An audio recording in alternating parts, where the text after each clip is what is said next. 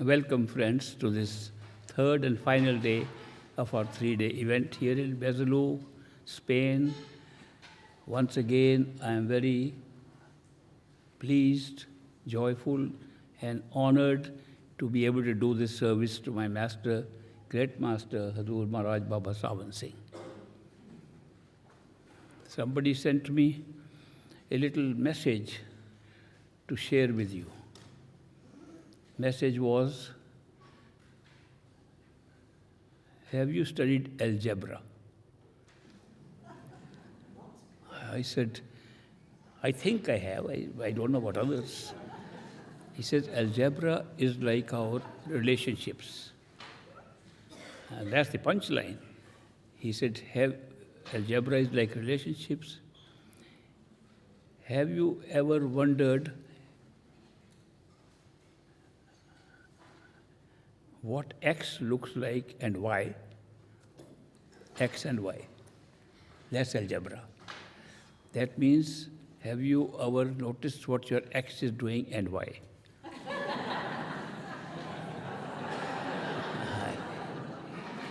It took me also a little time to understand. There's so many things they have written about marriages, divorces. Sometimes one wonders how well known this relationship is. I had a very beautiful couple as my friend in Nevada when I first went to Boston, Boston and Massachusetts. At that time, one of the friends, a girl very, very interested in spiritual path, would come to me and see me in India. The husband was in America. She was married very happily. She thought so. By the time I came to America, she was divorced. She explained to me that we have had a very series of strange relationships. She says she and her husband fell in love so intensely, they were sure they were soulmates, and they got married. From the second day of marriage, the arguments and bickering started. They couldn't stand it more than 6-7 months, and they divorced. As soon as they divorced, love sparkled again. And it was so intense, like the first time, they married again. Same two people. As soon as they married, third day, the bickerings and the arguments started, and it was known they don't think like each other at all. They were never meant for each other. They divorced again. They felt the sparkle again. After 6 months, they married again. That's the only instance I know where people experience the great bliss of dating somebody and the terrible state they are in after marriage, and they experimented 3 times. Why is it that marriage has been described so differently from the time when we love somebody or we date somebody, and suddenly what happens? I asked Great Master this question because these events were discovered by me later, but I had heard what happens after marriage in most cases. Great Master gave a beautiful answer. He says, when we come to pay our karma here, there are many ways we pay karma, but the best accelerated way is to get married. It's a very rapid way to pay off karma. So that was a very good answer. I couldn't argue anymore. So I'm just sharing this with you. This also in India, I thought in India, there was a problem always when a girl married into a family as a daughter-in-law, she always had a problem with her mother-in-law. I don't know why this is so. In every case I've seen, without exception. Where they thought there was exception, I spent 1 or 2 days with them and I found out the truth. Why is this? I thought it's only in India. When I came to United States, somebody told me a nice joke. He said, I'll give you something that is called mixed feelings, mixed sentiments. He said mixed sentiment was created when my mother-in-law fell from the cliff in my new Rolls Royce. Mixed feelings. All kind. Rolls Royce, don't forget. Not ordinary car. Anyway, people sometimes say you should tell us a few jokes. The subject of spirituality, Satmat, is very, very serious. Therefore, we should hear. Of course, the most appreciated joke that I have heard and which people have appreciated more is Jonathan's joke. Have you met Jonathan? Jonathan's joke I can share again. Anybody who not heard Jonathan's joke? Oh. Anybody who has heard but still like to hear again? Everybody, okay. Jonathan's joke is about a pastor who had 2 parrots. And the 2 parrots were trained to say holy words and sing nice verses from the Bible. And they were given beads in their hands and their paws to move along with the words. So it looked like they were saying prayers. And it was wonderful ambience in the house. When he took them to the church, great ambience in the church to see 2 parrots saying holy words. So one of the parishioners there, he got very interested that this is such a good thing he's doing. So he asked the pastor, how did you get these parrots to say these wonderful things and hold beads in their paws? He said, you can train a parrot. Whatever you train a parrot, they start repeating that. It's very simple. And I have just trained them. By reciting these verses, they start repeating those verses. That's a wonderful idea. He said, you can also buy your parrots and you can train them. So the parishioner went to the pet shop and he bought 2 parrots and he brought them home. When he reached home, he found they were female parrots.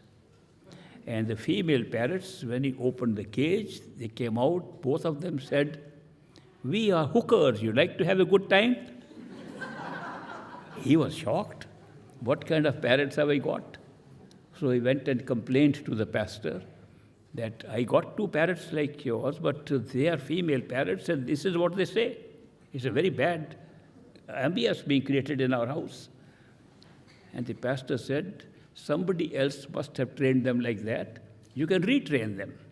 In fact, you can borrow my parrots and take them, and when your parrots will hear my parrots holding the beads and saying holy words, they will also start and learn the same.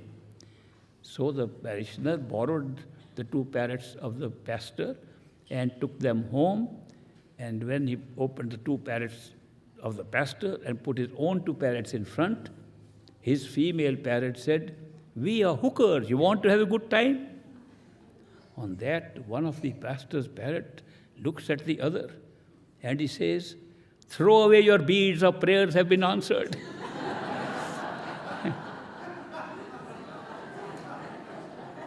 Little naughty joke, huh? Why am I telling you jokes? What's the importance of jokes? I mentioned that out of the 8 senses we have, the sense of humor is the highest sense. If we have the ability to laugh, we can live life much better. Sometimes they say laughter is the best medicine. I remember that. When I was young, and in India, in a small town, whenever anybody got sick, the doctor would come, a very wonderful doctor, because he always laughed and made us laugh. So he would come laughing, what's wrong? Half the illness would go away at that time, just by his laughter. And he also had a very nice way of saying he's doing everything for us. So the fee for the doctor's domicile visit, home visit at that time was 5 rupees, which was a lot of money at that time. So we would take out 5 rupees and feel very happy. He said, no, not necessary to give it to me, and he would take it and put it in his pocket. But he was always saying, not necessary to give it to me.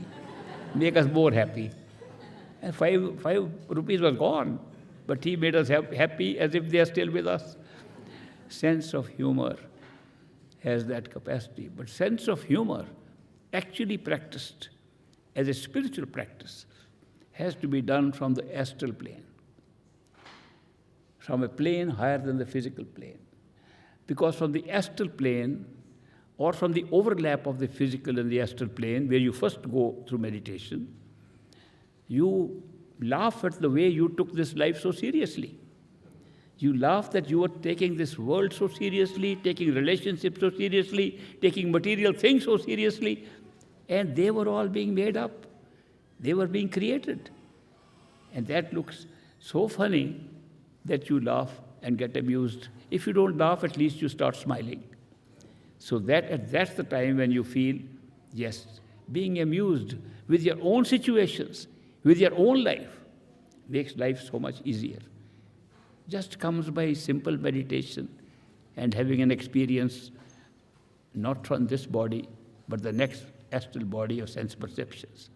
It's so simple like that.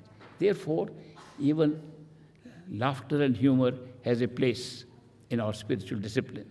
So that's why I was sharing all this with you. There are many other ways in which we have to live our life differently if we are on a spiritual path. Not only we should see and remember, this is a created universe.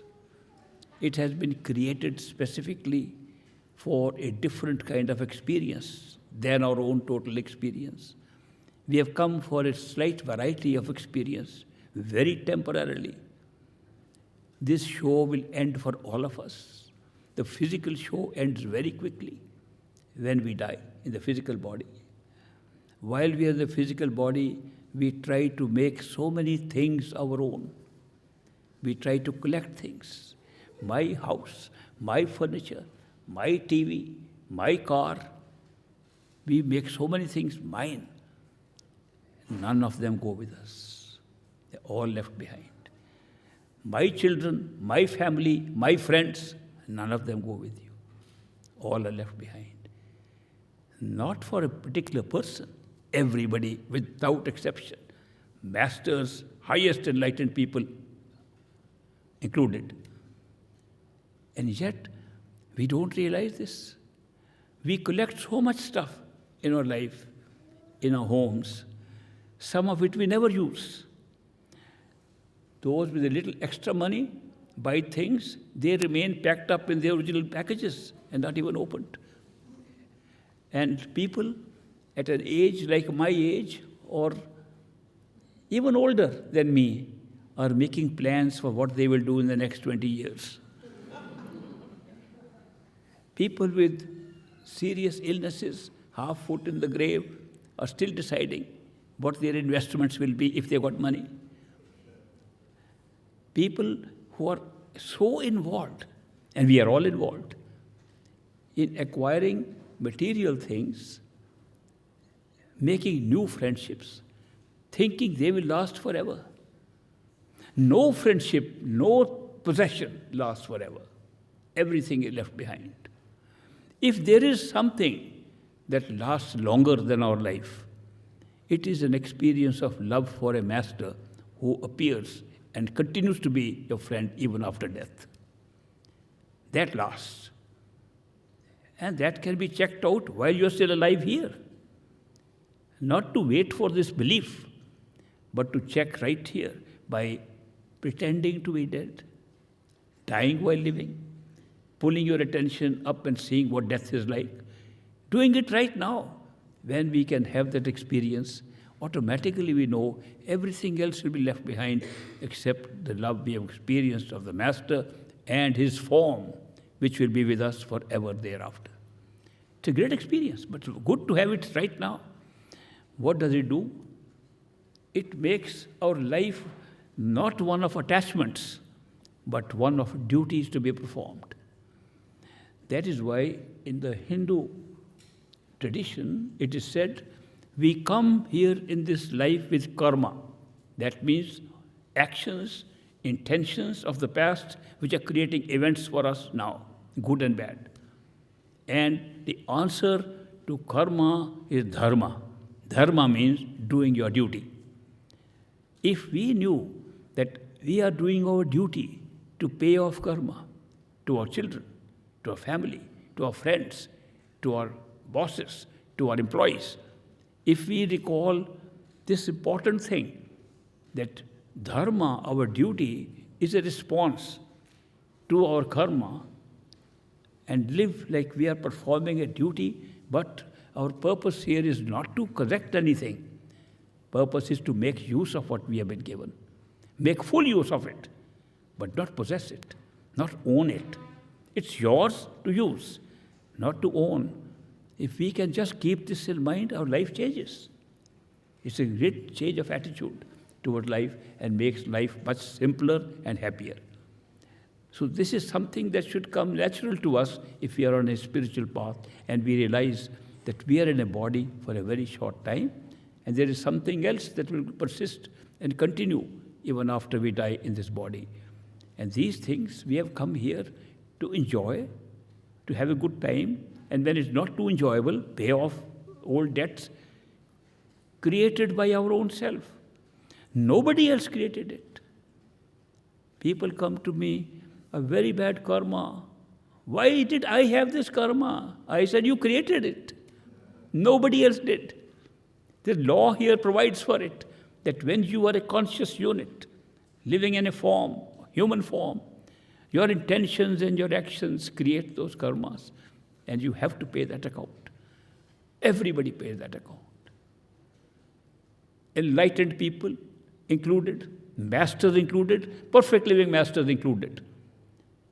This whole coming into a human body to have a certain kind of different experience, a physical experience, entails that you have to pay off whatever mentally you did by intention and action. Karma is not created by action alone, it's created by intention. In your mind, you intend to do something. This karma is created. If you do it, karma is enhanced. The reward and punishment is increased. So that is why we are creating so much karma every day, without exception.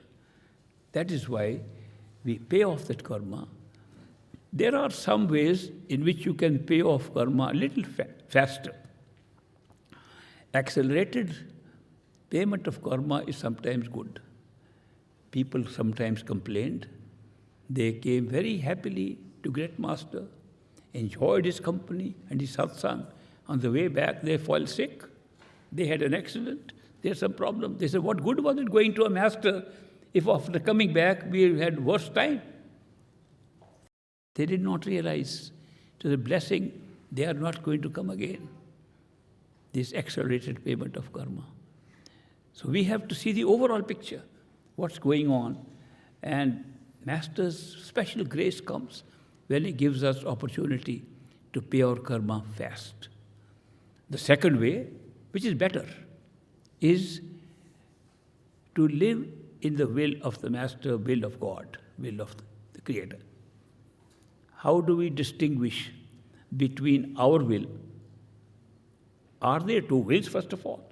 Is it our will and Master's will or God's will different? Is it everything created by God's will? Isn't the whole show created by the single will? Then why should we say live in His will if everything is His will? But it's not been designed like that. After being given a human mind, it has been divided, the will has been divided. For experience, for creating karma, for creating the show, the will has been divided into mental will and spiritual will. The two have been separated. So therefore, mental will followed by intention or action creates karma. Spiritual will does not create karma. Often it erases karma. It pays off the karma. Big difference in the mental will and the spiritual will. There are many ways to define it. The simplest I have found is, if you have to think in your mind, deliberate in your mind, and then act, it's mental will, because you employed the mind. If it comes without thinking, it's spiritual will, it's intuitive will. Intuition is telling you, which is not mental. Mind always works in time through thinking. Intuition does not need time. What comes as a gut feeling, you follow it, you are not creating a karma. Secondly, events happen to us. Somebody hits us, knocks us down. Is it a new karma or an old karma? Did he think that he should hit us? New karma. He just accidentally hit us, payoff of old karma. Wherever thinking and deliberation is required before acting, new karma. Wherever it is accidental, without thought, payoff of old karma. And if you are acting intuitively, reacting to something without thinking, payoff of old karma, spiritual will acting. And if you are thinking, I am going to take it on him, I am going to have revenge, new karma. Most of the time, when we go by the advice of our mind, we react revengefully. Most of the time, the mind says, give it back to him, give it back to her. She did this. We prolong the karma by creating action, reaction, reaction becomes action, action to reaction. Karma never ends. Most of our life is like that. And that is why the cycle of karma, therefore the cycle of birth and rebirth never ends. But if we were to change and say, I am now going to live on my spiritual will and I am going to go with the flow of what happens. The Creator has already laid out a plan that if you go with the flow, don't make too many deliberate decisions. Let circumstances make your decisions. Let others make your decisions. You don't think too hard on making decisions. You are paying off karma and creating no new karma. It's a wonderful way to live. If you feel that you have to make some decisions, in jobs, we have to do it. In our daily life, we have to do it. In planning anything, we have to do it. In planning our travel, we have to do it. In planning our selection of what we are supposed to do in life, we have to do it. All the time, we have to do it.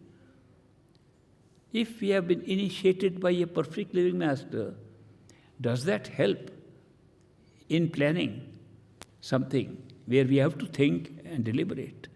Yes, even then it helps. You can ask Master insight in your thought.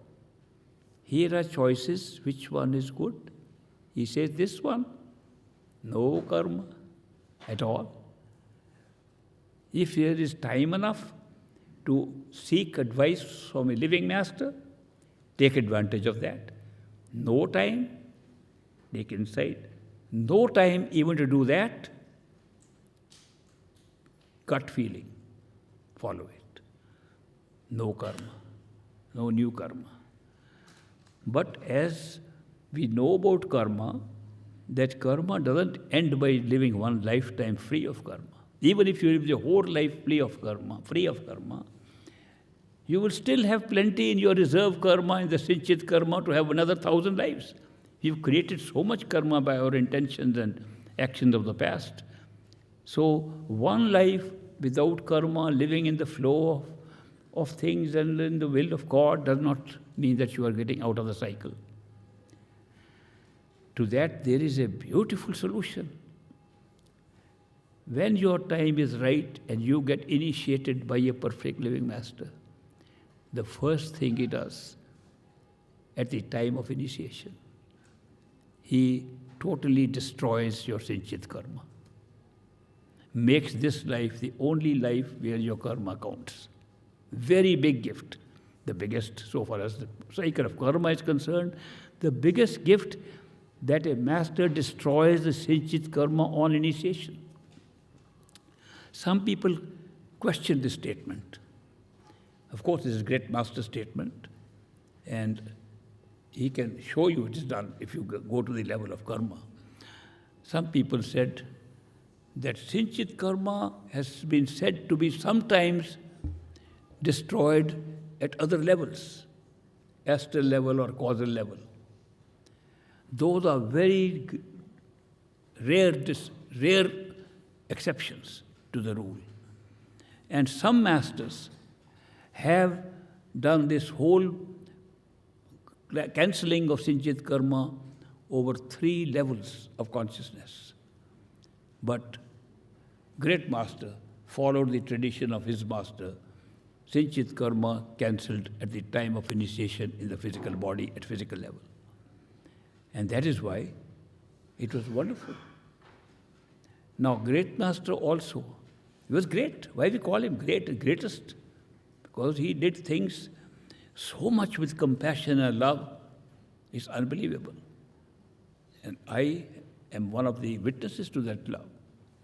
And I can tell you, this trap of being caught up in a karma, no way we can get out except with the destruction of the Sinchit karma, which a perfect living master, like great master, does it at the right time of initiation.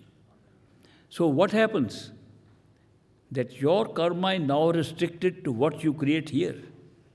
If now you create new karma, you can have one more life based on this karma. Or if you create too many, maybe 2 lives. If you are really not very interested in following the path of going with the flow, your mind is very active, every day creating more karma, maybe 3 lives. Because there is nothing to come from the Sinchit karma. Maximum 4 lives. That's what they say.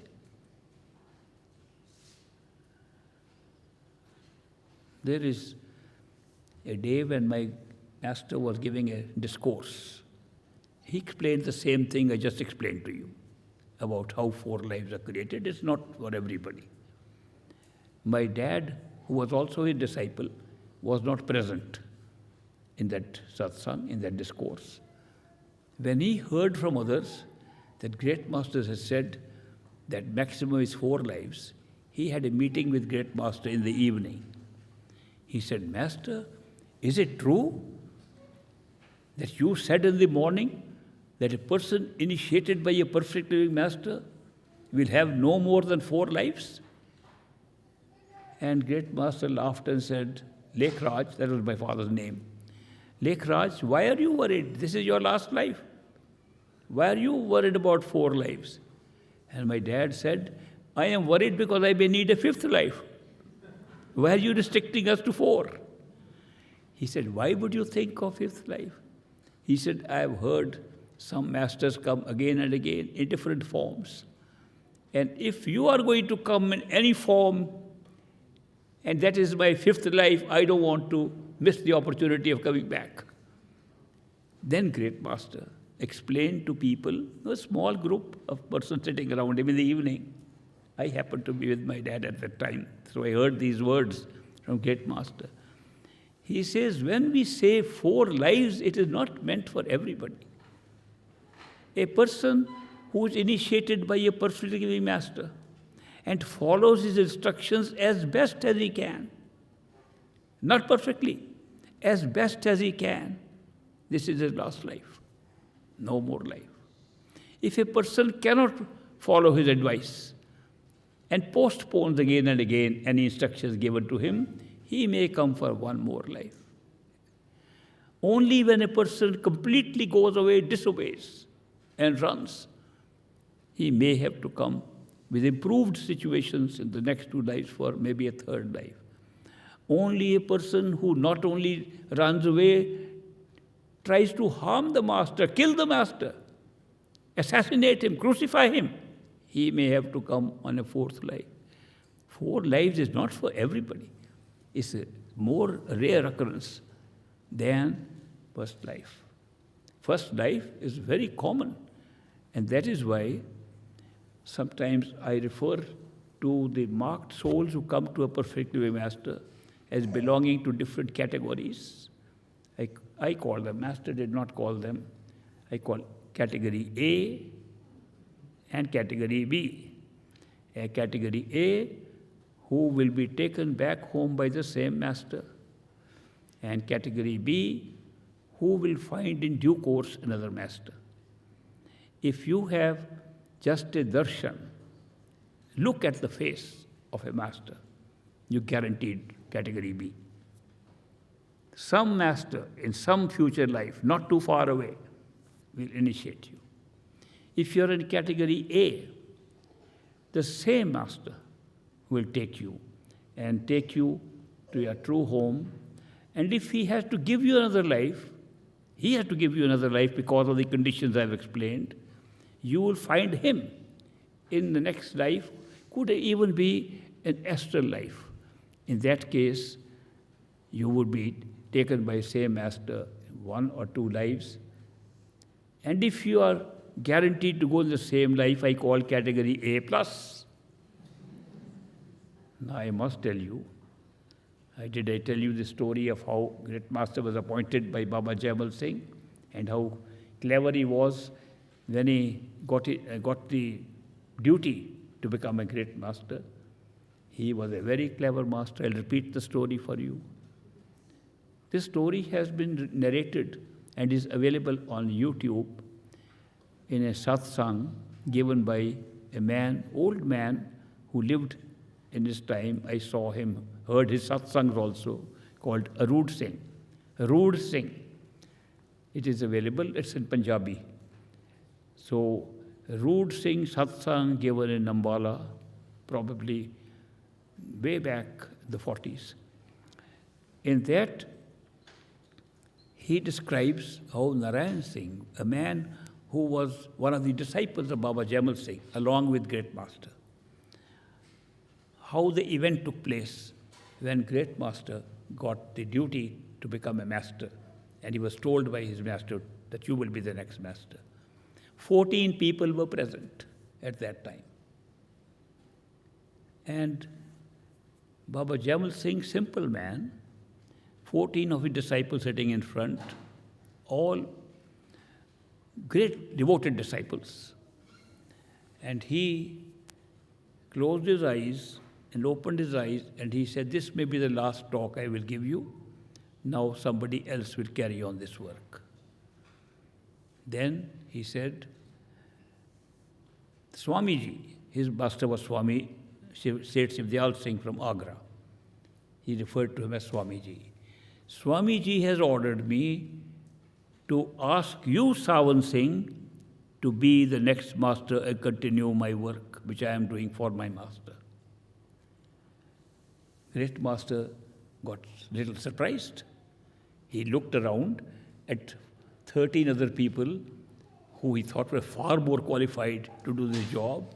He was merely a subdivisional engineer in the military engineering service, actually working on that job.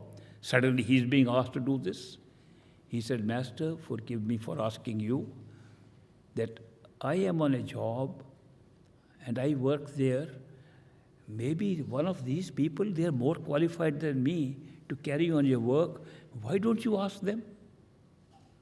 He said, "I will check with Swamiji." So he closed his eyes, and after a minute or two, he opened his eyes. He said, "New Moj has come." And Great Master said, "What is the Moj?" He said, "Swamiji has said, only Sawan Singh will do this work." Great Master was not satisfied with that. So he put another question. He said, "Master, you are living in a small little hut, just 2 rooms. I am used to living in a big bungalow, in a large house. Now to do your work, you want me to leave all that and sit in a little hut and do that work? Is that your intention?" He said, "Let me check with Swamiji." So he closed his eyes. After a minute or two, opened his eyes, says, "New Moj has come." And he said, "What is the Moj now?" He said, "Swamiji has instructed that when Sawan Singh will do this work, he will have a house like the one he is living in now and not in the hut. Still not satisfied. I am telling you how clever he was. Negotiating how to do spiritual work. He said, Master, you know that you have said that when people come to see you, you have to feed them. You should have a langar. And very few people come here. Maybe 15, 20 people come to you. You say thousands will come. And now I am a poor employee. My pension will be so little. How will I feed so many people? And Baba Jaimal Singh said, let me check. He closed his eyes. After a little while, he opened his eyes and said, new Moj has come. He said, what is the Moj now? He says, Swamiji has instructed that you will never have to spend anything from your pension. People will give enough donations. And you will never be short of food so long as you are the master. Still not satisfied. He said, but Babaji, you have told people that when one is initiated by a perfect living master, he can come 4 more lives. And the master takes responsibility for those 4 more lives. I am trying to get out myself from this life. And you want me to come 4 times for those disciples? And Baba Jaimal Singh said, let me check it. He closed his eyes and opened them. He said, new Moj has come. Swamiji has said that Sawan Singh, if you initiate anybody, that person will not have to come again. This will be his last life. All declared A+ before he became master. Remarkable. He said, all right, then I accept your orders. I'll carry on as best as I can. That is how great master was appointed. And he worked for more than 40 years as a master. Lived in a beautiful house which was built on top of the same 2 huts. And every day when Babaji left in 1903, 29 December, his body, great master would go into that small little hut, which is in the middle of his house. Twice, I had the great opportunity to go with him inside. I had never seen tears in the eyes of great master during my entire association, except on those 2 days. When he would be there, I was there. That's the only time I saw tears in devotion for his master. To see him in tears, explain to me what devotion means. You can't control your emotions. You can't control your feelings. That's the kind of love that comes from a master and stays with you forever, for life. So that is why I am saying it's such a lucky thing to be initiated by a master, perfect living master, who guarantees. Sometimes these masters do more than that. Even in their physical body, sometimes they take on some heavy karma of some of their disciples. And when it's very heavy, we can see them fall sick, get injured. And those things happen not because of their own karma on that body, but they're taking on somebody else's to satisfy the negative power that runs this whole universe. There was a man, a disciple of his, who probably had committed a murder or certainly accused of committing a murder. So he had to be tried by a sessions judge, Sessions Court of Justice. They used to try murder cases in India. And the sessions judge in whose court that case was to come was a great disciple. His name was Seva Singh, sessions judge. And he was a very good follower of great master. And this man said, I'm very happy. I'll be in the court of one of disciples. He'll take a lenient view of my view, or at least see that I'm not guilty or something. So, when the session judge, disciple of great master, took up that case, he heard the evidence, sentenced the man to death by hanging. The man went to great master. Master, your own disciple, my spiritual brother, initiated both of us by you, has convicted me to sentence to death by hanging. Master said, let me talk to Seva Singh. So he called the session judge and said, that poor man has said he was not guilty or he has a case and you sentenced him to death. Is there any chance of mercy on him? He says, Master, I am a great follower of yours, but when I have to sit in a judicial capacity as a judge, I have to do justice according to the law. According to the evidence presented to me as a judge, he deserved to be punished by death. He committed a murder, heinous murder. I have no choice now. I have convicted him. He'll be hanged. The only way is he can appeal. He can appeal to the High Court. So great master called that man, appeal to the High Court. And just tell me when the appeal is to be heard. Eventually, a day, he was in prison. Date was fixed for his appeal, which he had told, 10 a.m. He'll be heard in the High Court. Great master was told, today is the date when that man is going to appear in that court, in the High Court, against the decision of the session judge. Master said, okay, you reminded me. He came out of the door. As he was getting into the car at 10 a.m., he got in the car, his thumb came in the door and got badly injured.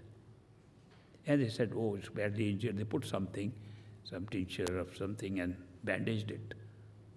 The High Court acquitted him. These are some things that we have seen with our own eyes. We have seen Master's compassion is such. Some disciples go to Masters, and they used to go, Master, you don't take on our karma. We love you so much. How can you take on our pain? Let us suffer our pain. It's much better. We love you so much. We don't want to transfer our pain to you. Great Master would say, isn't it better to get a little injury on the thumb and save your life? Isn't there a big difference in the two? When Masters do that, they say Masters can take on so much. Kal, negative power, the power of time which is running this universe, themselves don't like Master to take that trouble. And they beg, please make it, we'll make it easy. The karma, law of karma, they are administering. It's a very wonderful experience.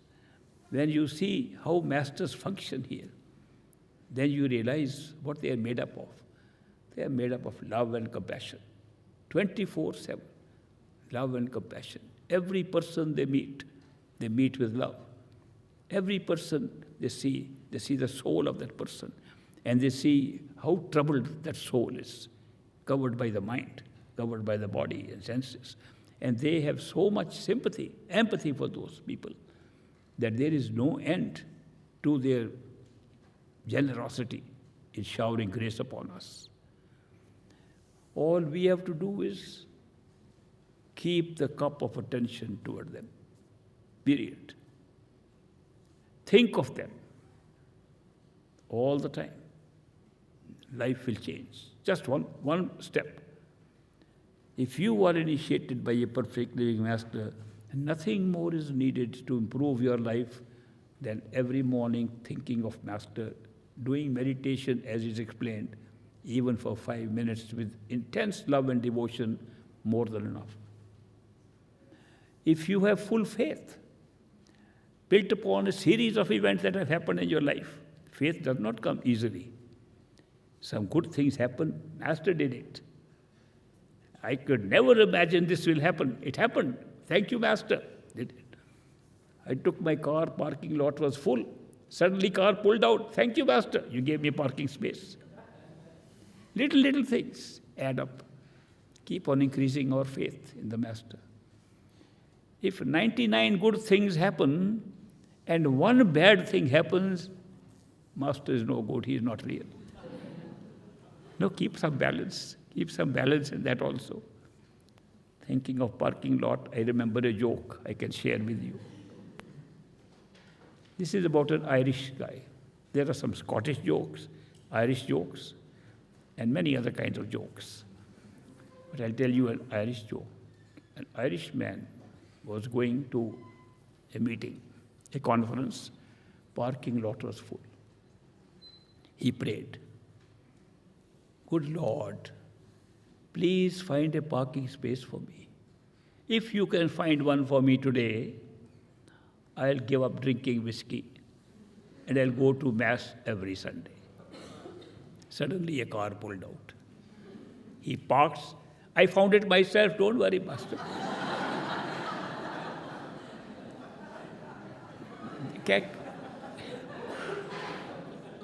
You know, whiskey, pub, and Mass, they all go with Irish life. Scottish life is different. There was an Englishman who was a member of a flying club. He used to fly a small plane. And he had two neighbors who were Scottish, Mr. and Mrs. McNabb. Mr. and Mrs. McNabb were good neighbors. One day he invited them. He said, "Would you like to have a ride in my small plane? I'll be the pilot and seat you. I've got 2 seats at the back, and I can give you experience of something you never had. I'll turn the plane upside down with your seat belts fastened, and you'll get totally scared and you'll scream." Mr. McNabb said, "I've never screamed in my life. Any bet?" "Okay, 6 pence, bet. If I scream, I give you 6 pence. And if I don't, you give me." So Mr. and Mrs. McNabb sat at the back, pilot in front. They flew. He overturned the plane several times, no scream. He landed. He said, "You won. Here is 6 pence." McNabb said, "I almost screamed when my wife fell out." Scottish joke. Doesn't really matter.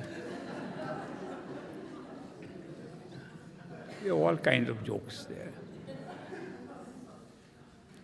I introduce sometimes these jokes because the subject of spiritual advancement and growth is considered very serious. I don't consider it serious. I think even the spiritual path eventually you find is a joke. When will you find it's a joke? When you find the whole creative power. The God, Creator, was no other than your total self. That's when you'd have a real good laugh. We created a big show and we took on one character in a physical body to sit inside that and thought we were that person. What is the truth? The truth is that we created a show to watch it, to be an audience. We go to a drama, a play, we sit in the audience, we watch it. We wanted to make it more real than merely watching as a play, so we decided that in the play we should look at one character, say, okay, that character I should sit inside, then I can watch the play from within the play. That's exactly what we did. But then the question comes, did we pick up the right character? Maybe we could have picked up another character who we can see. We see many characters look in a better situation than us. You could taken up that. Which reminds me of a book called The Canterbury Tales by Geoffrey Chaucer. Canterbury Tales is a story of about 40 or 50 pilgrims going to Canterbury. In that, because it's a long journey, there is no fast trains or cars, They go either on foot or they go on horseback.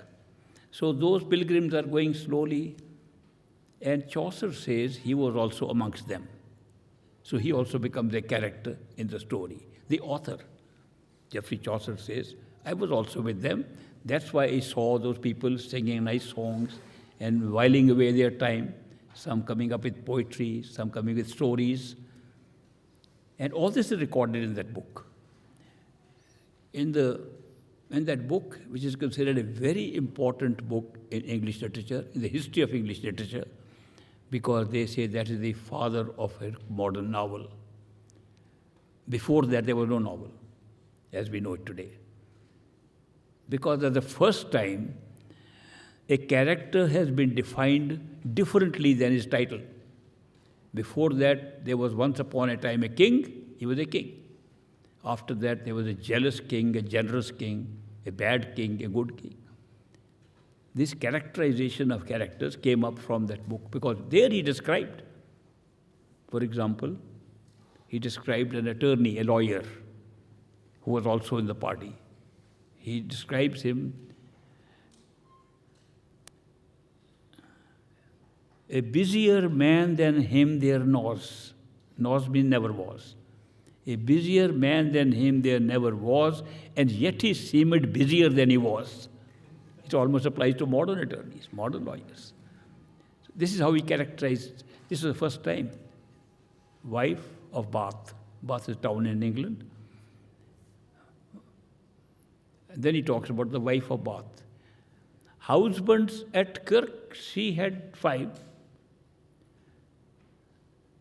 That means husbands actually married in the church were 5. But besides other company in youth, but I need not talk of that youth. So what others she did things before getting married, I'm not talking of that. Describes a woman much more than it had ever been described before. So that's why.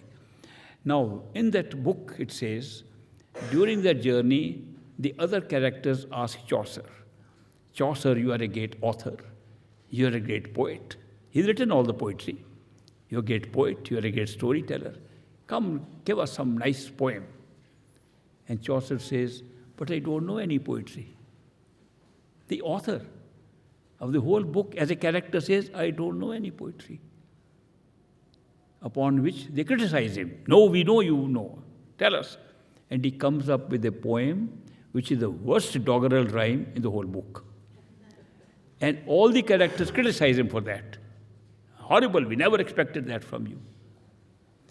Here is an author writing about himself and being criticized by his own creation, his own characters. Why did he do that? Couldn't he have become the king or the leading party? Couldn't he have picked up a better role? This story has been compared with the crucifixion of Jesus. Jesus was Son of God, one with the Father, and he's crucified by his own creation. Chaucer is the author of the book, and he is the author of all the characters, and his own created characters are crucifying him in the book. How could that happen? Answer is very simple. Chaucer was not only Chaucer, he was all the characters. He wrote all of them. He created all of them. It did not matter at all which part he took in the story, because all of it was his story. All were his Chaucer's characters. True about us. We are all created by an author which ultimately we find was our own total self. There's only one total self. That's when you can laugh a lot. That here we took things, separation so seriously. We took that we are separate from each other so seriously. Why did separation took place? Why was the mind created? Created for a very simple reason. Our totality, our oneness consists of love. It's not experience of love. It's love. God is love. We hear it over and over again. God is love. Not experience of love. God is love. If there is something else other than God, experience of love. Good justification for creation. Good justification for God coming himself in these forms and experiencing love at all levels. Love is experienced at all levels. The many are created within the one for experience of love. Love becomes love plus experience of love. The more separation is created to create more situations where love can rise above all other situations, including this physical world. It's amazing how much you can learn the very basis of creation and how it has taken place. Imagine how wonderful being a human being, that only a human being can have access to all levels of awareness, including the awareness of our totality, and know from there exactly how every level of creation, every level of consciousness has been created. You get direct first-hand knowledge, and that knowledge is with you as human beings. Of course, when you advance on the spiritual path, you get knowledge of one level of consciousness and you discover another. And you find each higher, so-called higher level, I guess I call it so-called higher level, it looks like more real than the lower level. The dream level looks more real than wakeful level. Astral level looks more real than the physical level. Causal level looks more level than any level below. And spiritual level is for the reality from where everything came. Imagine what happens if you reach the top. You will find there's only the top. Everything else is within the top. All these levels are part of the top. They are just levels of creation, consciousness created within the top, all levels. What happens to your awareness if you are at the top? You are at all levels, at all times. That's the beauty of meeting a human being who is like that. He reached the top. Anybody else can reach the top. It does not mean only a perfect living master has reached the top. Everybody can become like that perfect living master. Any disciple of his can become exactly like him. They say there is a stone, in English they call it philosopher's stone, that if it touches iron, it becomes gold. They say beautiful philosopher's stone can make gold out of iron. A great teacher can make us like gold from our iron state. Perfect living masters not like that. Perfect living masters, when they touch iron, they make it a philosopher's stone. They make it exactly like themselves. Very different game they play. They are not here to make you better. They are not here to take you higher level of consciousness. They are here to make you exactly like themselves and at the same level of total consciousness. That's what they come for. And when they initiate a human being who is a seeker and ready for going, and they accept them, going to the topmost stage is guaranteed from that moment. People don't know it. If somebody knew and believed that the initiation is the end of the journey, not the beginning. Initiated by a perfect living master is the end of your journey. You're guaranteed something. Of course, you have to go through the rest of the physical and other experiences. Physical, astral, causal, you will go through them. But you will know, it doesn't matter what your situation. The initiation by a perfect living master is a guarantee of going right to the top. All other masters will take you to different levels. That's a big difference. Difference between a perfect living master and all other masters. This is the great, beautiful experience. The great, best possible gift got from this man. Is there any way I can thank him? Are there any words with which I can thank him? Any actions I can thank him? No way. There's nothing greater I can even imagine. I can even think of at all. Therefore, if there's somebody gets initiated by a perfect living master, I cannot imagine any greater gift at any time in history that person can get. And that's the end of the story for that person. Rest is a game for the mind. Game for the mind of that initiate who still thinks, maybe I have to work hard to get some results. Maybe my struggle is not enough. Maybe my karma is not good. Maybe I'm not seeing things inside because of that. Maybe I'm very slow in something. Maybe I'm not fully understood. Maybe I don't deserve it, what I've got. This is how we think and talk. Totally irrelevant. All this is mental game. We play mental games all the time. We live in a mental world. Even the world that we think separate, is of the mind. Mind functions differently at different level. In the physical body, when we think, the mind is thinking physically. We call it the pindi man, that means the physical mind. And distinguished between this mind, physical mind, and the astral mind, which is called andi man, and the third in causal plane called brahmandi man. That means the mind also functions differently at different levels. The mind takes the reality of that experience and operates within that. In a physical level, it takes physical reality and thinks continuously of physical things. Sometimes it thinks there may be something else and then jumps back into physical reality. When it thinks something else may be there, its own mind, astral mind, giving a glimpse to him. And he says, no, this is real. That was imaginary. It can get a glimpse of the Brahmandi mind, its own self, but doesn't accept it, thinks about it, thinks there could be something universal, thinks there can be this thing. It's just that Brahmandi mind operating in a physical mind at this time. Same copy of how the soul works. The soul belongs to the truth, immortal soul. That's what we are. When the soul is functioning in the physical body, love pours out of the soul and the mind blocks it. It says, how can you be sure? I love that person. No, are you sure? The mind stops you. I can't be sure. And the mind's argument suppresses the normal, natural love of the soul. And then, I'm going to do this wonderful thing. No, it's dangerous.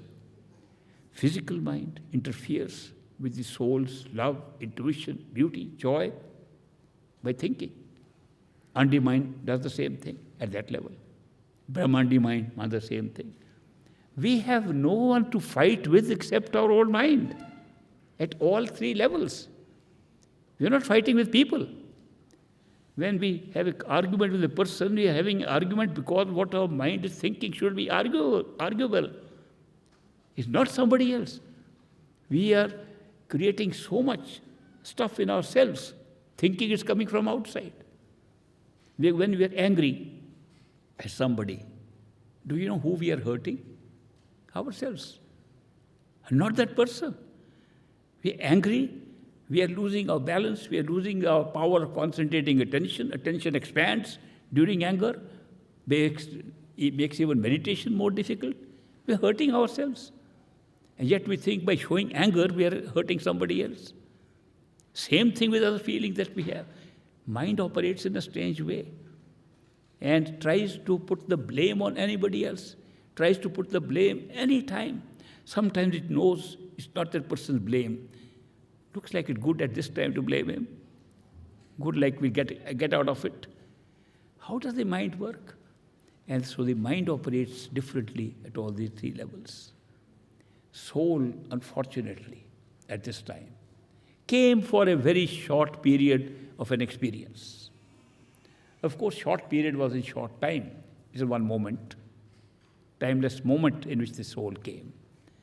Just for experience, got a mind to expand that non-time moment into billions, trillions of years, and sat on that experience at three levels: causal, astral, physical. Right now we're in physical. And is going through those events. Temporary show. When it likes, it should go back. It made arrangement. In the show itself, a character will appear. And that character will be little different from others, only in awareness. in knowledge, total knowledge. That character will help to get it back home, pre-programmed. And to make this as real as possible. As real that there is nothing else more real than what we are experiencing.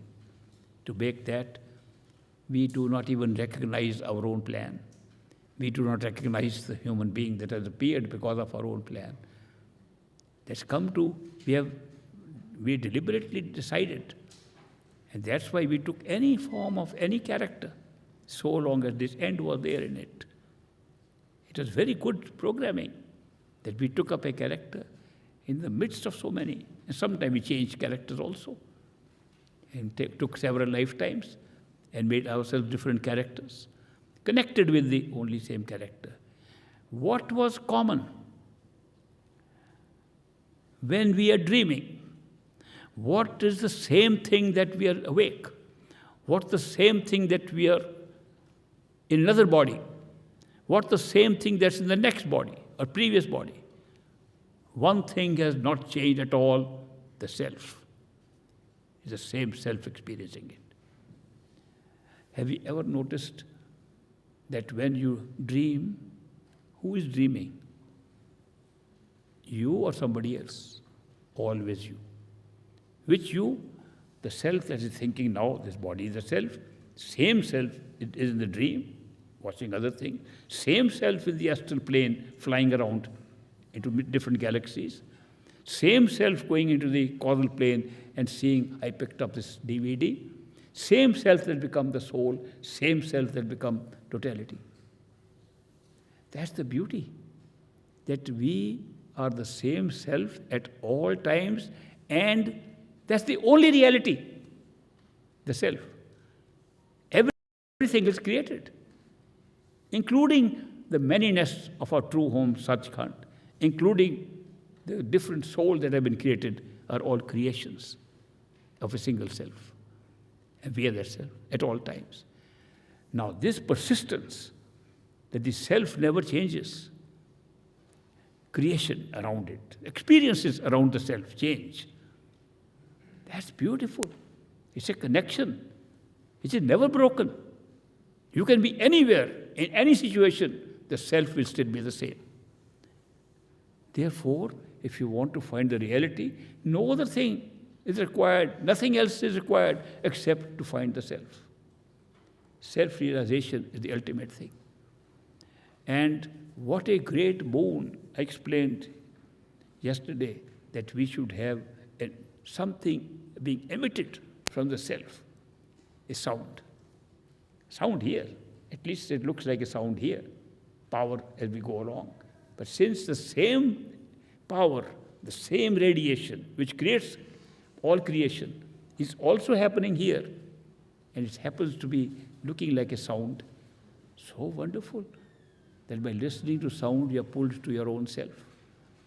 And so long as you can be pulled to the sound, experiences outside can for the time being be obliterated. You can become unaware of them and open up new experiences. Eventually, the ultimate truth is only the immortal single self. You can give it any name. Give it highest creator, God, anything you like to call it. Name don't matter at all. It's the same thing. And that's the only reality. The experiencer at all times is the same self. There's nobody else. Forms are different. Experiencer is still the same self. Have you noticed?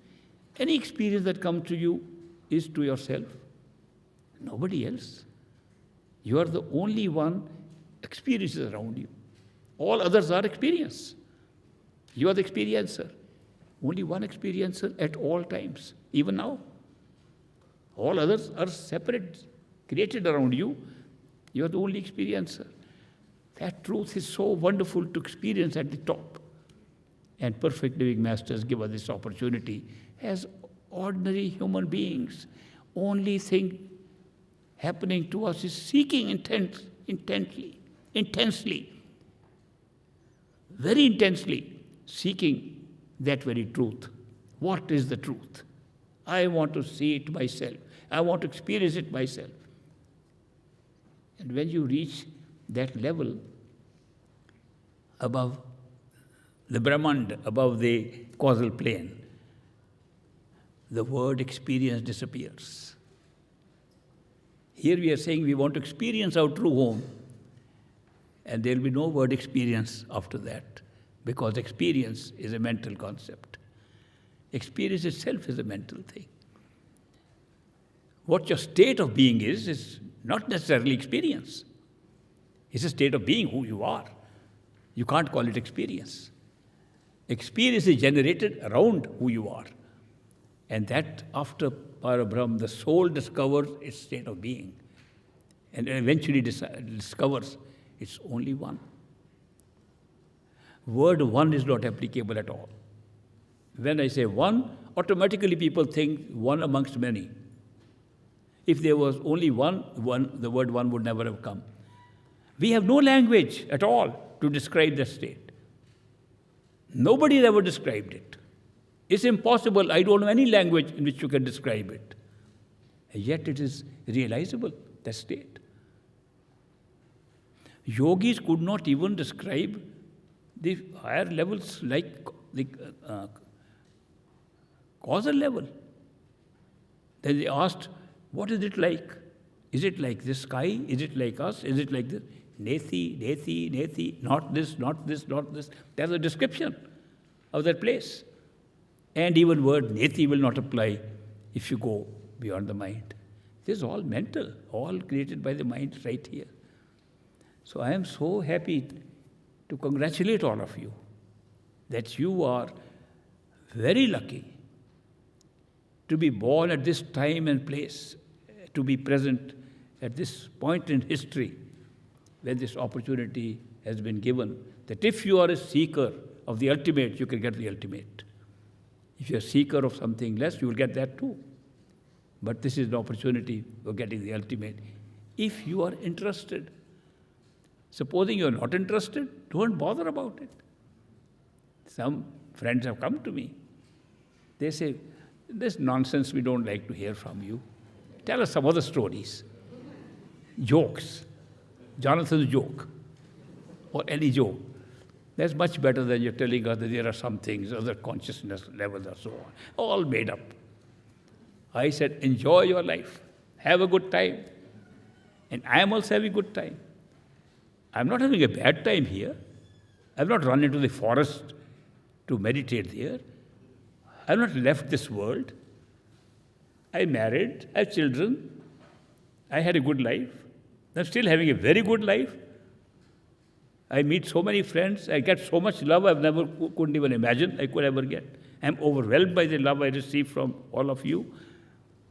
How could I call a bad life? It's a very good life. I'm enjoying more than the guy who said, I don't believe in you. You don't have to give up anything. Wrong notion that you have to give up everything, be detached.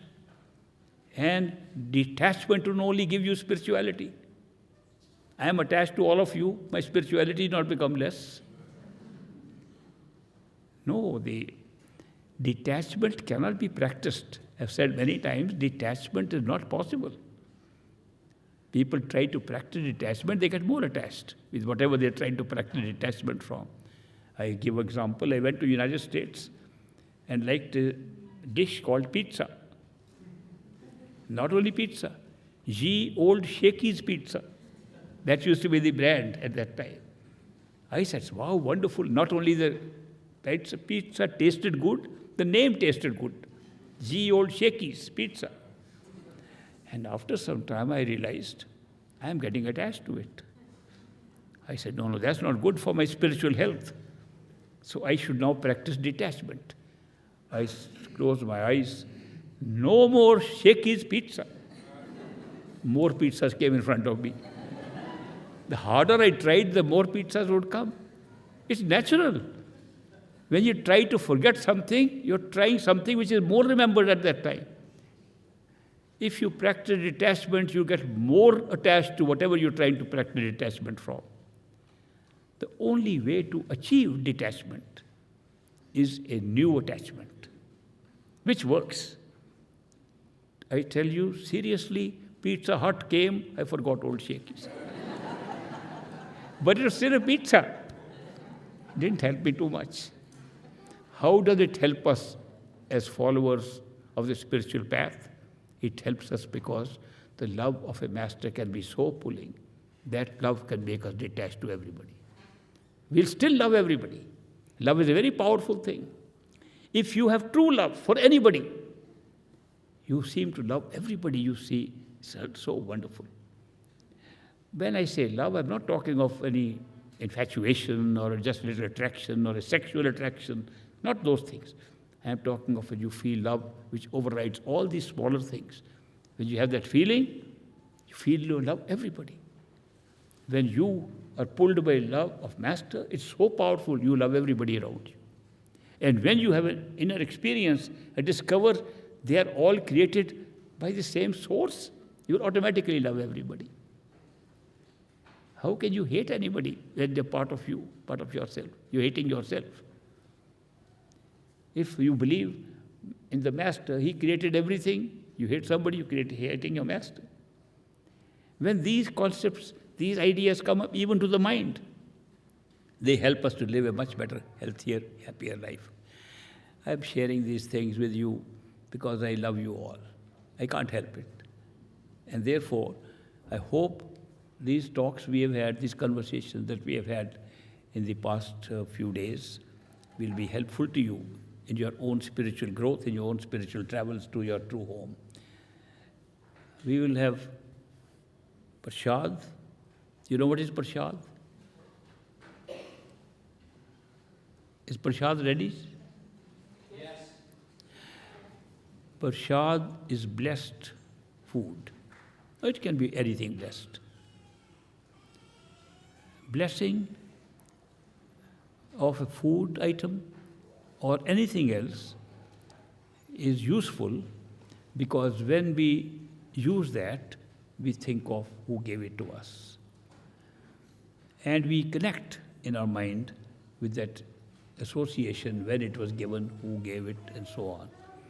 So Prashad, we have been typically using some food items. Great Master used to give puffed rice to us. And we would take it, eat only little bit, sometimes only one piece at a time, to make it last longer. Every time we took it, we remembered Great Master.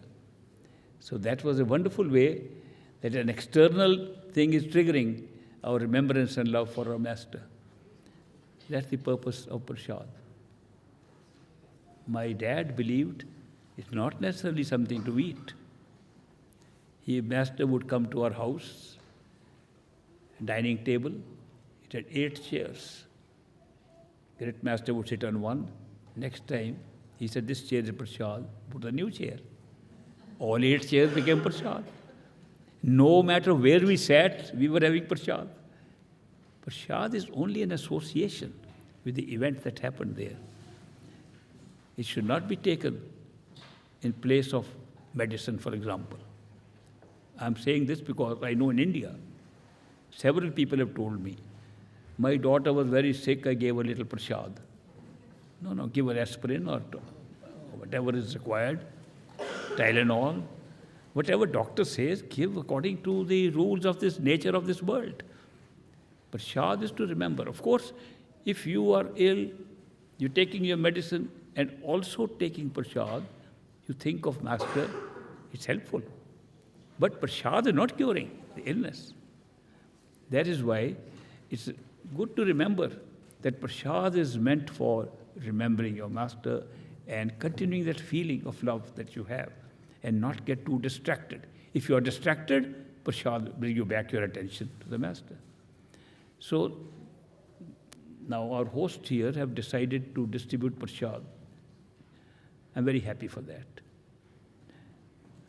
I am going to seek the blessings of my Master. Great Master, Hazur Maharaj Baba Sahib in Singapore. You can't see him except in photo. I can see him alive, which is good, because I can now ask him alive to bless this Prashad. For me, that's the greatest blessing. I can't think of a higher blessing. I can't think of a better prasad.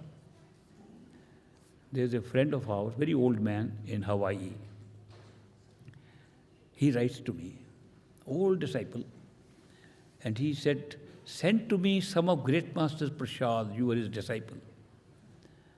I wrote back to him, sorry, Great Master died in 1948, and I don't have any prasad left. If it was, it must have rotten by now. He said, don't tell me these stories. I know Great Master is still with you, and you can still send me Great Master prasad. So I bought a large packet of puffed rice and got blessings of Great Master and sent him. He's so happy. He's taking Great Master prasad. Do you know today you're going to get a chance to have Great Master's prasad? I'm very happy for all of you for that. So will you bring it here, please? We have this last part of our second session on third day. We'll be concluding the program today. I've come about 15 minutes late. I'm sorry for that. I'll tell you a story. True story. In the United States, the big stores like Walmart, Macy's, Marshall Fields, big stores, high-end stores, they are hiring retired people as greeters. The retired people don't go to join the small jobs of greeters because they have enough money. They're retired on good jobs. But they go to meet people to keep themselves occupied and not sit lonely at home. So Walmart in one branch hired a retired person. He was so good, everybody loved him. The customers loved him. Colleagues loved him. The manager loved him, but he was bothered by one thing. This man came late every day, 15 minutes. 15 minutes late every day. So one day the manager asked him, you are such a good man and everybody loves you. If you came late like this in your previous job, what would they be telling you?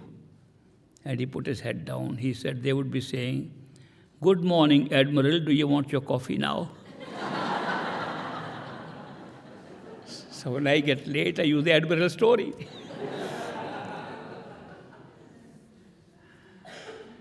To sum up what we have done in the last 3 days, we have said that if somebody in his human life feels that this is not my place, or feels I have had enough of this, or feels I don't belong here, any of these feelings, and wants to seek something other than what he is having here, we call him a genuine seeker of the ultimate truth. He may not know he's a seeker. He may not know what he is seeking. You'll be surprised how many friends I have met who for several years did not know what they were seeking. When they met me, they said, now we know what we were seeking. We never knew all these years. But we knew something was missing. We didn't know what was missing. Because what was missing was not easily understood by the mind and the senses, and therefore it was from the soul. The soul was missing something. When the soul misses something, it cannot be understood by thoughts. And that happens. And that is what gives you the feeling, this is not my place, I must have some other place. Then we look for what we are missing. We go to various places. We go to our own religion. We go to our temple, church, synagogue, mosque. We look for answers there. And some answers appeal to us, but we say something is still missing. We are getting a message, but something is still missing. And they don't know what they're missing. They try their best to follow any directions the religion gives them. Then they go and look for friends look happier, they consult them. They love those friends, but something is missing. And this something that is missing is what makes you a seeker. If you are a seeker to get out of it and go to heaven, then you seek heaven. Many religions offer that by prayers, some by meditation, some by various kinds of rituals, giving charities, giving alms, doing good for people, you will go to heaven. Very true. If you do a lot of these good things, you do go to heaven. There's nothing wrong with it. But then some people feel, I don't want heavens. I want the truth. I want my real home. I want to understand who am I? Why am I here?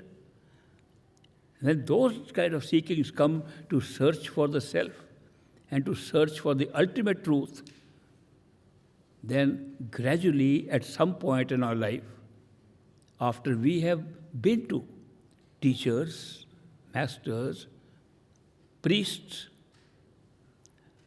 have been to all of them, and then in their life a perfect living master appears. How does he appear? He appears by chance, by coincidence. The coincidences can be of many types. A book can lead you to that. An accidental occurrence can lead you to that. A friend happened to suggest, and your mind says, okay, I have tried so much, let me try this also.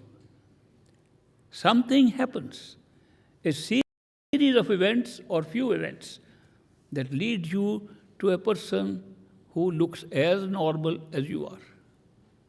But something is there which you can't understand. What is in that person? I like something about that person, but I really can't fully explain. If it happens to be somebody who's teaching, you like to listen to the teachings. Sometimes you listen to the teaching of a person and you are looking at that person and forget the teachings. How can that happen? It does. So many ways a revelation is made that you have come across a perfect living master who is pulling you by his love.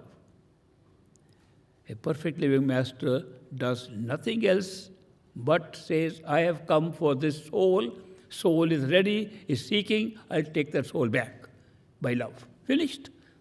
The rest is all for our mind. Everything else is for our mind. And that is why when we find a perfect living master, we are pulled by that master. Mind doubts a lot. Mind has so many questions. Mind has fear. Fear, I remember, two friends of mine, United States, said, there are some nuns in the convent. I have invited them to listen to you. I said, very good. So there was a small group of people in his house, and I was talking of God and God's, and I tried to make my talk a little bit related to God and worship and things. And the nuns were whispering at the back, save our souls, save our souls. Devil has come. So mind can do that. So later on, the nuns attended my functions regularly. But I was a devil first day. It's very difficult to determine when the time comes. What am I trying to point out is, we have no idea how people come to a spiritual path and who introduces, how they come and I can give them spiritual teachings of my master. It's such a strange phenomenon. But I have met thousands like this. It's just a story. The latest person who wants to meet me, I haven't even met him. He's also teaching the same thing. Light and sound meditation. It's almost taken from the books on Sant Mat that my master and his organization are using today. He lives in Austin, Texas. He and his friend, two people, are teaching. They're like gurus for them. And they give the initiation. Much more difficult than great master did. They ask you to write a letter of initiation, and for 1 year they make you work hard before they give you the actual initiation. Sometimes I feel we do need that, so that we make it a real part of our life. But they do. The man's went into meditation, deep meditation, on the 10th of May this year. He wrote about this to Jonathan, not to me.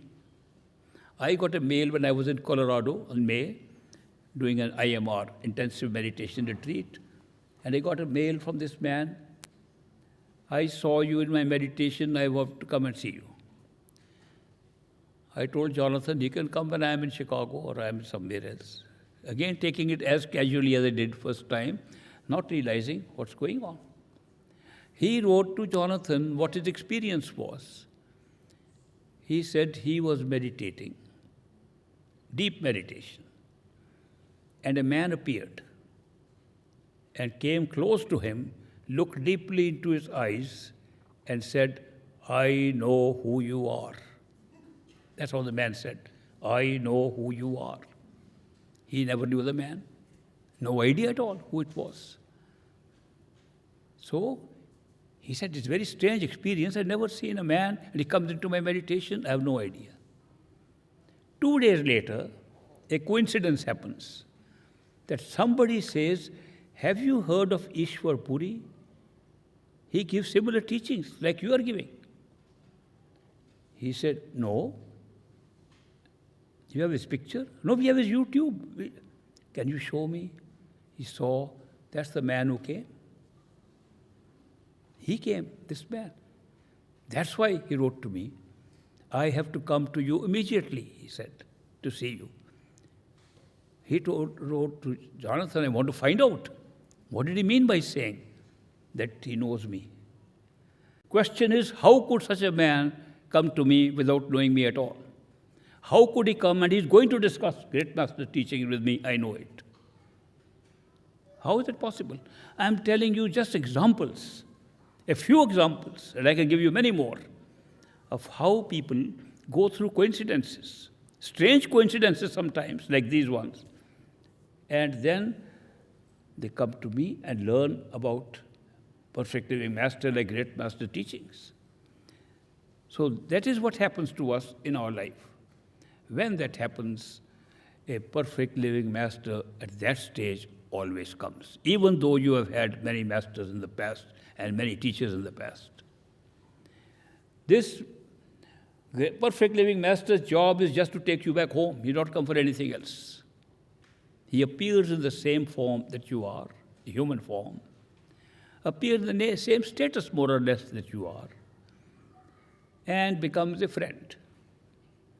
And when you become a friend of this person, you are surprised that why does he not ever get angry with me? Why does he not argue with anything with me? Why do I feel so much love for him, and why does he love me for no reason? I've never known him. All these questions bother us for a while. Not bother us, bother our minds. These questions bother our minds. Gradually, this relationship of love and friendship, true friendship. I can give you an example out of one of those important, very important persons who were there at Hollywood at the party. Shared secrets of her life she had never shared with anybody on the very first meeting. How is it possible? How can you have that kind of a trust in somebody? How can you have this feeling for somebody? All these things bother our minds. But the love and the experiences we start having after that convince us this is a long-term relationship. This is not going to go away. What kind of experiences? Internal and external. Those two people had experiences, one internal, one external. One saw in meditation, the other on a computer. Things start happening. This is something that I didn't expect to happen. He must have a hand. Unwittingly, the mind begins to relate our events outside first and inside later in association with that person. It is a natural flow. It's just a way that we have been programmed to respond to the love that is unconditional, that comes from a perfect living Master. This is the love that I can't explain, never seen it anywhere. This unconditional love is so unconditional, so non-judgmental. No matter what we are, what we do, how many mistakes we make, His love is never changing. That kind of love to experience is no joke. I can tell you, you start to wonder, why doesn't He judge anybody at all? Why He's always giving? Why His love never becomes less at any time, no matter what you are doing? No matter if you hate Him, He still loves. This love is so unconditional from a perfect living Master. If you love Him, you experience His love. If you don't love Him, you still experience some love. If you hate Him, He still loves. If you kill Him, He still loves, without change. Such unconditional love in a human being, is it possible? Yes, in a perfect living Master. He is made up of love. He is love, God in human form right at that time. Therefore, love flows from Him at all times. Now that's a unique experience, and we all have at certain stage of our seeking and our growth. So when that happens, we feel we are ready to be accepted. And He accepts us, which means He is guaranteeing He'll take us back to our true home. And that's why He came into your life, or my life He came. So that is why that guarantee, formally we call it initiation by a Master. And by initiation, we have totally misunderstood what it means. Most people think initiation means teaching us how to meditate, teaching us how to control our mind, telling us the secret mantras that He might have been using, telling us how we can go into inner planes. That's not initiation at all. Initiation is His placing His form, as we have seen, inside us forever. Not only inside in the human self, in any form that we take, He's there. That's initiation. How long does it take? Not even 1 second. Rest is a formality for our mind. Mind can't believe it.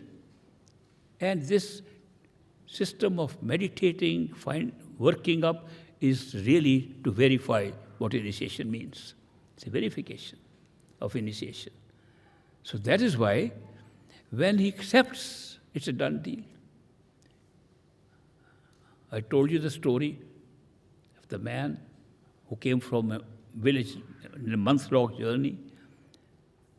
And when he asked for initiation, Great Master said, once again?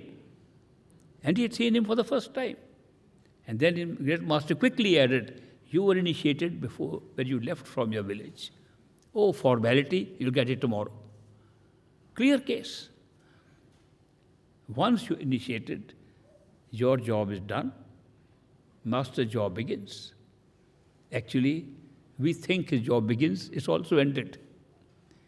If you see from where he operates, the whole job is over at that time.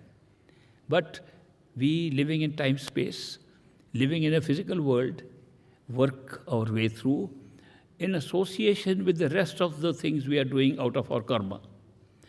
Our past karma, our past actions, they create obligations on us and we fulfill them, but with a slightly different attitude, which makes it easier to fulfill them. Master also does it. He's also taken a human body for the same purpose.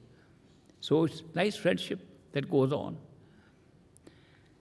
Eventually we are able to find him inside in a form that's going to be with us forever. Even then, both our forms change. We still know same Master whom we saw outside of the physical body. This persistence of the self in you, persistence in the self in the form of the master continues all the way, right up to Parabrahm. So that is why it's a very interesting pathway, how we go to the top through the help of a perfect living master when we are ready. I'm sharing this because that's what I've tried to cover in the last 3 days, that this is how you can verify where you are. And if you feel you need more proof, yes, you'll get proof. Take the steps for getting proof. You don't want proof when you are not even trying to apply the proof. You can't say, I want proof before I try. Sorry. You have to follow the process for proving. Have you not always followed a process for proving a chemical reaction, it takes place or not? A physics question solved, you prove it. You test it again, you test it with your peers. You don't just accept it like that. Apply the same standards here. When I was at Cambridge, the university at Harvard, there was a professor of applied psychology. He would attend my talks, nice professor, but so skeptical about what I was saying. He almost used to show his contempt about what I was saying while listening to me by raising his legs and putting on the front chair. Oh, I know what you're talking. One day he happened to ask a question. He says, if you are so sure of the method you are talking of, by which one can realize oneself inside, why don't we have proof like other scientific facts of life? Scientific facts, we prove, even our psychological tests, we take a subject and have a lab. I said, is your lab on the 6th floor of that building? Yes, that's where I work. I said, you keep your windows closed. Why? You know, breeze can interfere with our instruments. I said, fair enough. But do you shout from there outside what you are doing? We don't need to. People don't know about what we are doing. I said, now just imagine that here I have a lab, and you have a lab. It just doesn't happen to be made of bricks.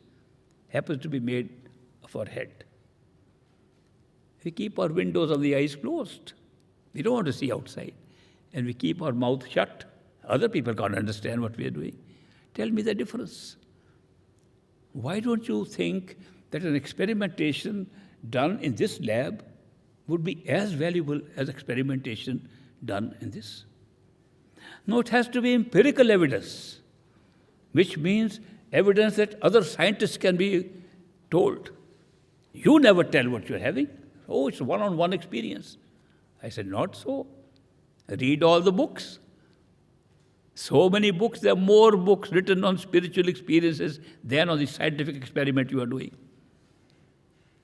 Long story short, it took him a long time to get convinced, but he realized that the proof is a little different. Here we are not investigating some phenomena here. We are investigating what causes phenomena.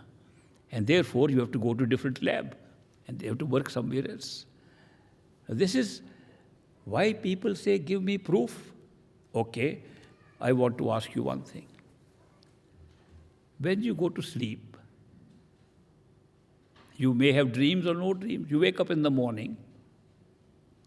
Are you sure you wake up? Has anybody ever pinched himself, I'm awake?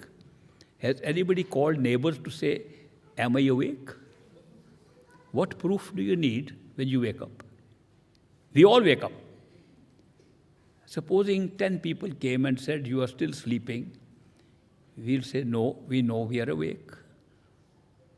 They say, no, where's the proof? I know I'm awake. Give some proof. Can you give a proof? I can tell you why you are so certain, without any further proof, that you are awake. When we go to sleep, we don't know where our body is. When we wake up, we know where the body is. We don't have to open our eyes to see if we are awake. We are awake with the eyes closed. Same position on the bed. What has happened to make us sure we are awake? What has happened is we remember we went to sleep on the same bed. This connection between a new experience of wakefulness and an old experience of going to sleep in the same position reconnects us in the wakeful state, and we are sure we are awake. Exactly the same thing happens in higher wakefulness. How will you prove to people that this is the same thing? We all accept. There are two things which nobody has ever asked for proof. Nobody ever. One, that I am awake. And the second, which is even more fundamental, that I exist. Do you exist? Of course, I'm talking to you. Proof. It's an obvious experience I'm having that I exist. I know it. Do you need proof? Nobody has ever asked for that proof of existence. They can ask proof, why is your body like that, what are you? But existence is never questioned. The presence of the self has never been questioned. Never. Neither by ourselves nor anybody else. The certain experience of wakefulness never been ever questioned. These two experiences are fundamental to our understanding the spiritual path. Every step in the spiritual ladder is exactly like that. We know it's the same self, and we are more awake. Where can you call for? What kind of proof are you talking of? These are self-evident proofs of yourself. So that is why people are sometimes so much influenced by the mind, doubt of the mind. They're looking for proof in the phenomenal world, and we are talking of something that's created the phenomenal world. You have to go in different directions. You have to go totally somewhere where consciousness is creating the experience of phenomena, and consciousness is creating the experience of phenomena, and creating the experience of knowledge of this world outside. Go there, which is inside. And when we do that, a perfect living master takes care of the rest. These are functions of the mind. I'm just highlighting some of the obstacles the mind tries to create. What happens because of the mind's obstacles? It takes a little longer. Most of us are very impatient people. In America, everybody is impatient. And rest of the countries, depending, say, you go to Buddhist part of China, Japan, very satisfied people, they'll take their own time. Spain, I'm told, there's a very important thing called siesta, rest, and everything can be done mañana. Very good. Great country to develop spirituality. We need patience. And patience we need not because really it needs time. Patience we need to train the mind to accept what we are experiencing, to train the mind to look at its doubts and get over it through internal proof. So that is why it takes time. Some people say it takes very long. Look at that neighbor of mine. He got initiated one day, next day he had experiences. I've tried so long, it doesn't happen. That is because we look at this life as the only time we have. This is not true. When a perfect living master looks at us, he is looking us in this body at this life, in previous lives, several lives. He is looking at us in what is called a cumulative effect of several karmas, which determines what we call sanskar, or attitudes. Karma is events. Attitude is something different. Karma changes faster, attitude takes longer to change.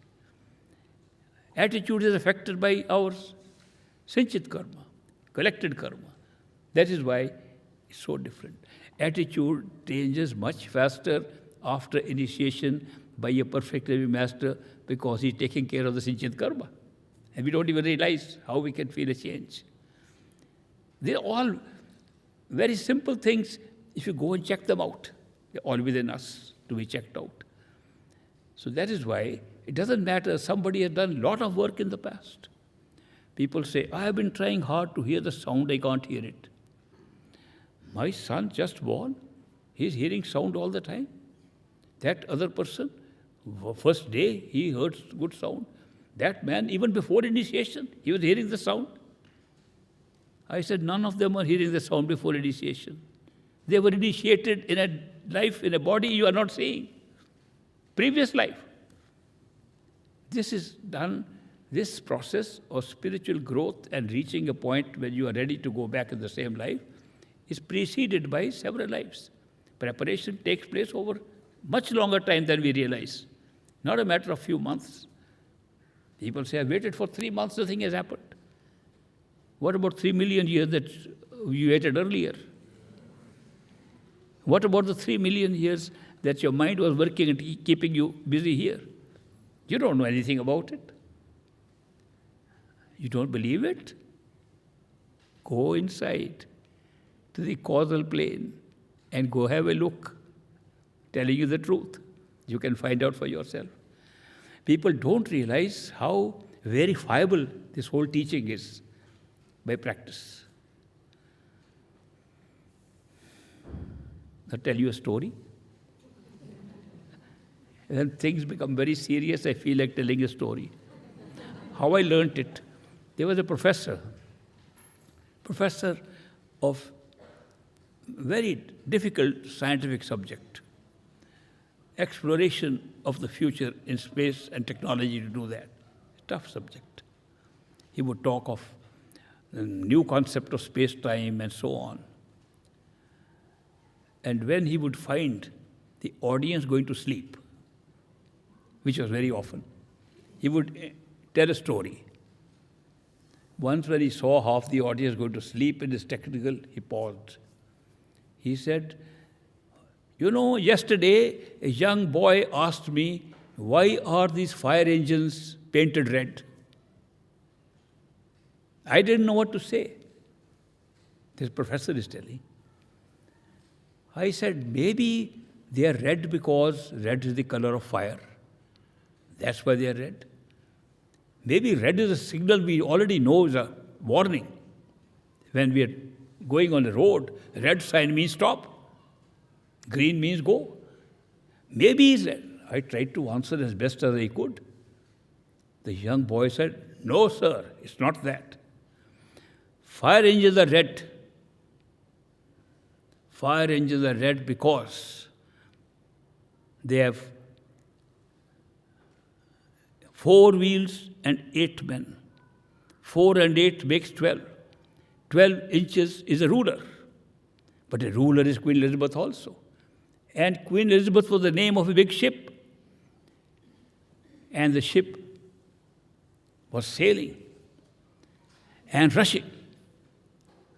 And Russians who rush are called red, therefore fire engines are red.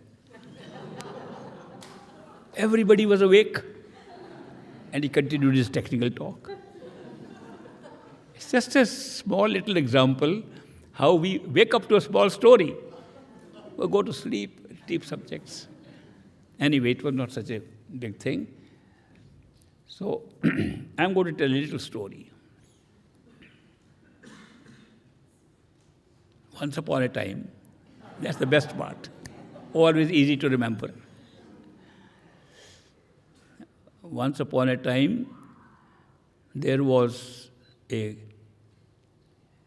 king in India who was a great marksman with bow and arrow.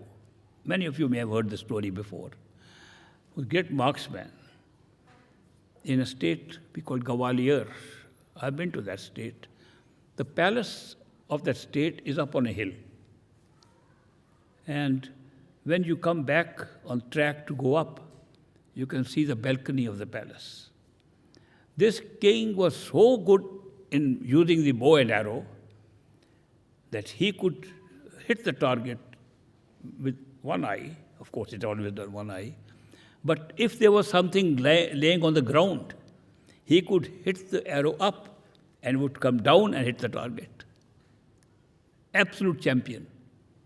One day, after his hunt, he was coming back, and he saw his wife, the queen, standing on the balcony of his palace. He said, I am going to give a big surprise to my wife today. So he picked up his arrow and shot it upwards.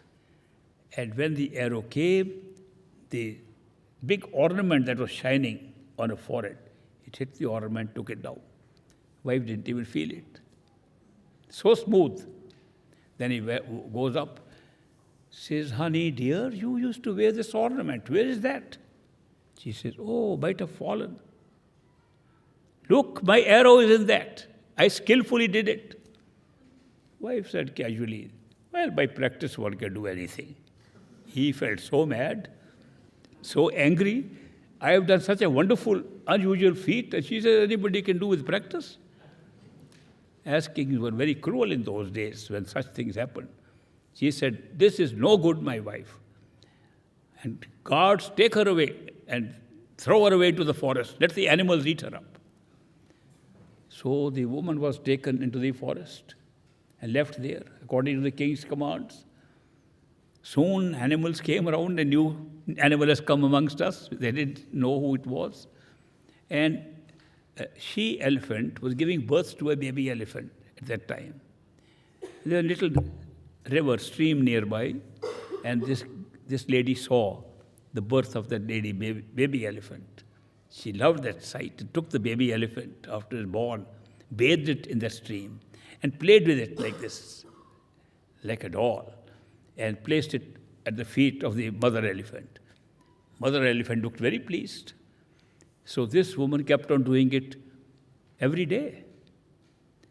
And the elephant began to grow. But so did its muscles. Because it's a daily thing, it grew along with it. And as the baby elephant grew bigger and bigger, she was still able to do it. One day there was an entertainment company who were trying to find out locations for some of their shots. They saw the lady picking up an elephant. They were shocked. How can a woman pick up an elephant? They came to her. You can pick up an elephant? Yeah, I do it every day. Come join us. We'll give you new clothes, a lot of money, and we'll use you for our performance. So they took her to the city, they took her various places. She demonstrated she can pick up an elephant. Everybody was surprised. Company made good money. The king heard about it. There's a lady who can pick up an elephant. He said, call that lady to demonstrate in my compound of the palace. She came to the palace compound, picked up the elephant. King was very surprised. He took a lot of jewelry and money and went to her. I have never seen such skill as before. I give you all this reward. She said, by practice one can do anything. He said, this must be my wife.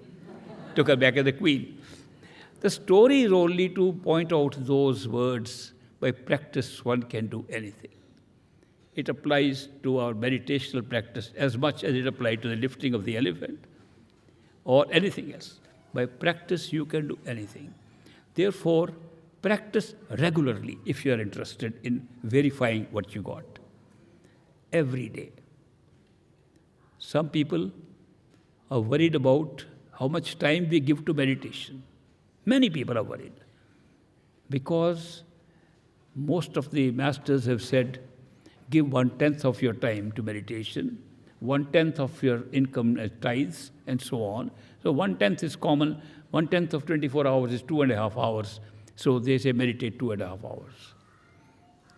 Most people can't do 2.5 hours. Very difficult. I had very hard time, in the beginning at least. So 2.5 hours is so difficult. People are just trying to put their attention on 2.5 hours. There was a friend of mine, very nice friend, with many earlier psychic experiences he had. So he had then got initiated in San Francisco. I was coming from India. He invited me to stay with him overnight. I came to San Francisco. I went to his house. He was very pleased, gave me a nice dinner. He said, so lucky, Ishwar, you are here. We'll meditate together in the morning. I was very tired. I wouldn't have. But to keep my face, I also know something. I also agreed. Okay, we'll meditate. He put the alarm, 3 a.m. we'll meditate from 3 a.m. to 5:30 a.m. as required by the instructions. So we got up. I woke up a little sleepy, and he sat next to me. Both of us are closed eyes. I was not meditating really. I was curious what he was doing. So from time to time, I would open the corner of my eye to see what he was doing. Now, I don't know what kind of coincidence it was. Every time I opened my eyes, he was looking at his watch like this. Every time.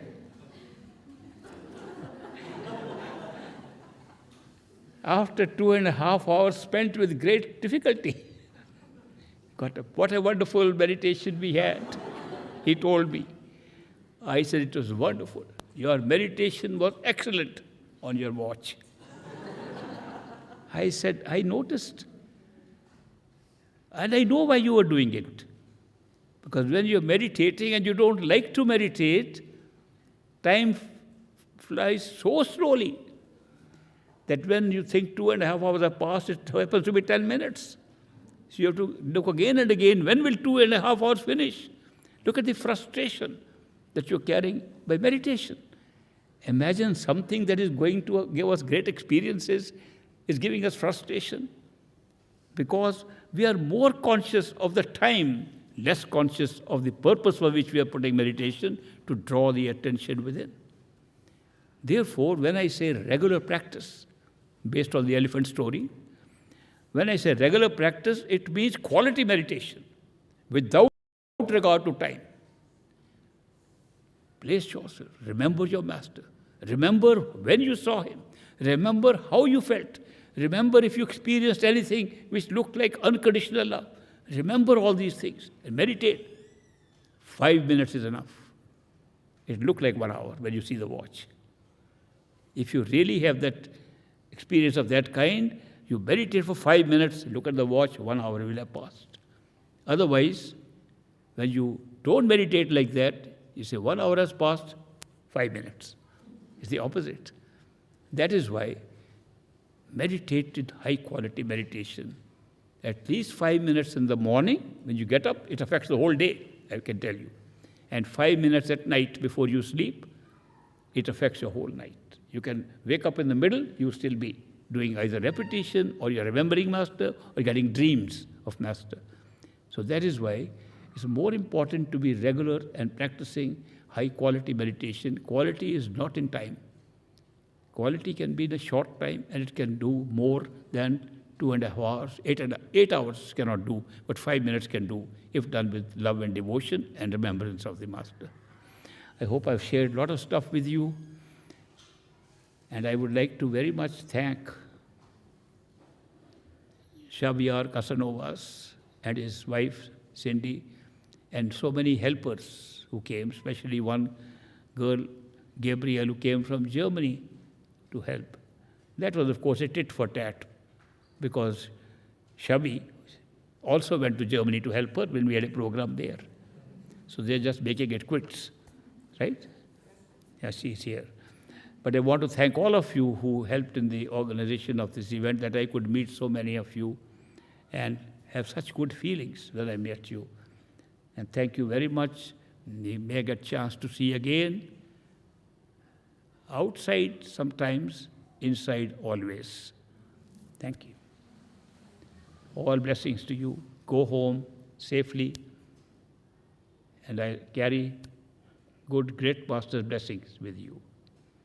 I have got a lot from Great Master, whose picture is here, and I'm sending you his blessings.